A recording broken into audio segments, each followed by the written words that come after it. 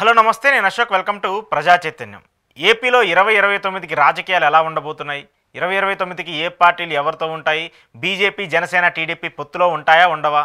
ఇవన్నీ కూడా ఇప్పటికి సంబంధించినటువంటి సబ్జెక్ట్ కాకపోయినా కూడా ఇటీవల ఒక మీడియా ఛానల్కి సంబంధించిన అధినేత రాసినటువంటి మాటలకు సంబంధించి చూసుకుంటే 2029 రాజకీయాలకు సంబంధించి ఏదో జరగబోతుంది అనేటువంటి ఒక అంశం అయితే మనకు తెలుస్తుంది.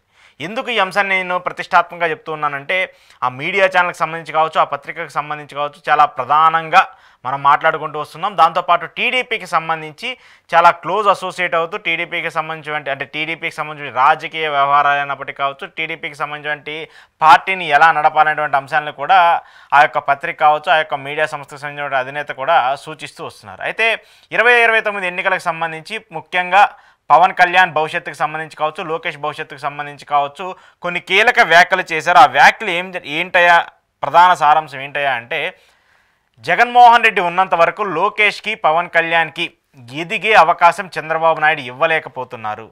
ఆయన యొక్క సొంత మార్క్ రాజకీయం వల్ల లోకేష్ భవిష్యత్తు ప్రశ్నార్థకంగా మారిపోతుంది. పవన్ కళ్యాణ్ని వాడుకొని బీజేపీ వ్యూహాలు చేస్తుంది అనేటువంటి అంశాలను ఎక్కువగా ప్రస్తావిస్తూ వచ్చారు. అంటే పవన్ కళ్యాణ్ వాడుకొని బీజేపీ ఎక్కువగా రాజకీయం చేస్తూ వస్తుందంటే, ఇక్కడ టీడీపీ కంటే కూడా ఒక విధంగా చెప్పాలంటే బీజేపీనే ఒక మెయిన్ లీడ్ పోషిస్తుంది ఏపీ రాజకీయాలకు సంబంధించి. జనసేన పార్టీని ఎక్కువ మెయిన్ లీడ్ పోషిస్తుంది. టీడీపీ ఉన్నా లేకపోయినా కూడా బీజేపీ, జనసేన రెండు కలిసి ఉంటే ఏపీ రాజకీయాల్లో ఖచ్చితంగా మార్పులు రాబోతాయి, ఏపీ రాజకీయాల్లో ఖచ్చితంగా మార్పులు జరగబోతున్నాయి అనేది కూడా మనందరం చూస్తూనే ఉన్నాం, మనందరం కూడా మాట్లాడుకుంటూనే ఉన్నాం. ఈ అంశానికి సంబంధించి ఏం జరుగుతుంది ఏంటి అనేది కూడా మనం చూస్తూనే ఉన్నాం. అయితే ప్రస్తుతానికి జగన్మోహన్ రెడ్డి ఓడిపోయినప్పటికి కూడా, ఆయన 11 స్థానాలకే పరిమితమైనప్పటికీ కూడా ఆయనకు ఉన్నటువంటి మెజారిటీ ఓట్ బ్యాంక్ 40% పైగా ఉన్నటువంటి మెజారిటీ ఓట్ బ్యాంక్తో జగన్మోహన్ రెడ్డి పార్టీ, జగన్మోహన్ రెడ్డి చాలా స్థిరంగా ఉన్నారు. ఎక్కడా కూడా ఆయనకి నష్టం జరిగే అవకాశం లేదు. అందరూ ఓడిపోయినటువంటి 11 స్థానాలనే చూస్తున్నారు, కానీ ఆయనకు ఉన్నటువంటి ఓట్ బ్యాంక్ని ఎవరు చూడట్లేదన్నటువంటి అంశం మరొకటి. దాంతోపాటు గతంలో జగన్మోహన్ రెడ్డి అధికారంలో ఉన్నప్పుడు టీడీపీకి సంబంధించిన శ్రేణులపైన, టీడీపీకి సంబంధించిన కార్యకర్తలపైన, జనసేనకు సంబంధించిన వ్యక్తులపైన కూడా కక్ష సాధింపు చర్యలు తీసుకుంటూ వచ్చారు. వాళ్ళందరూ కూడా అరెస్ట్ చేస్తూ వచ్చారు, వాళ్ళందరినీ ఇబ్బందులు పెడుతూ వచ్చారని చెప్పేసి కూడా లోకేష్ గారు అప్పుడు ఎన్నికల సమయంలో మాట్లాడుతూ వచ్చారు. రెడ్ బుక్ అనేటువంటి ఒక బుక్ను పెట్టి దాంట్లో అందరి పేర్లను కూడా మెన్షన్ చేసుకుంటూ వచ్చారు. ఆ తర్వాత దానికి సంబంధించి కూటమి ప్రభుత్వం అధికారంలోకి వచ్చిన తర్వాత కొంతమంది మీద చర్యలు తీసుకున్నారు, కొంతమంది మీద చర్యలు తీసుకోలేదు.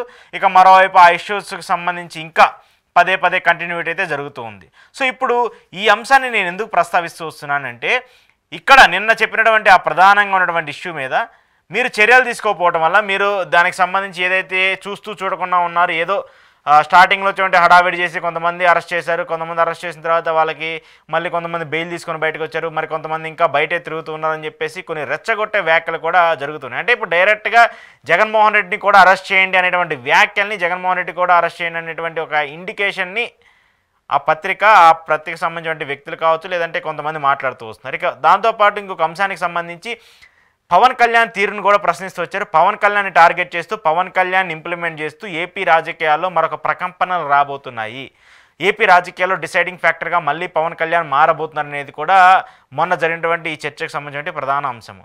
పవన్ కళ్యాణ్ వాస్తవానికి మొన్న జరిగినటువంటి ఎన్నికల్లో చాలా క్రూషియల్ రోల్ ప్లే చేశారు. జగన్మోహన్ రెడ్డి ఓడిపోవడానికైనా, కూటమి అధికారంలోకి రావడానికైనా 100% క్రెడిట్ ఇవ్వాల్సింది ఎవరికన్నా ఉందంటే అది పవన్ కళ్యాణ్కి. దాంట్లో నో డౌట్, ఎలాంటి సందేహం కూడా అక్కర్లేదు, ఖచ్చితంగా పవన్ కళ్యాణ్కి ఇవ్వాల్సింది.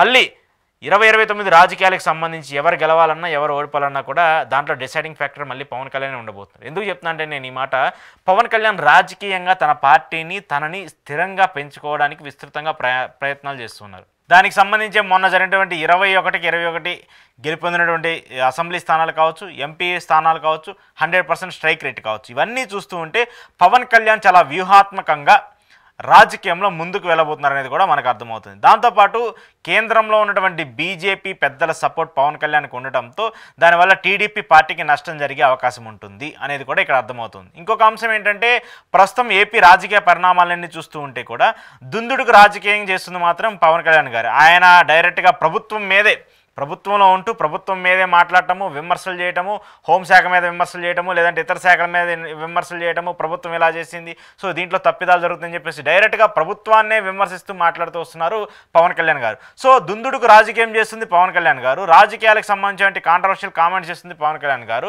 ఎక్కడా కూడా దీనికి సంబంధించి టీడీపీ కావచ్చు, టీడీపీకి సంబంధించిన ఎమ్మెల్యేలు కావచ్చు, మంత్రులు కావచ్చు, ఎక్కడా కూడా వాళ్ళ శైలిలో వాళ్ళు స్టాండ్ తీసుకోవట్లేదు.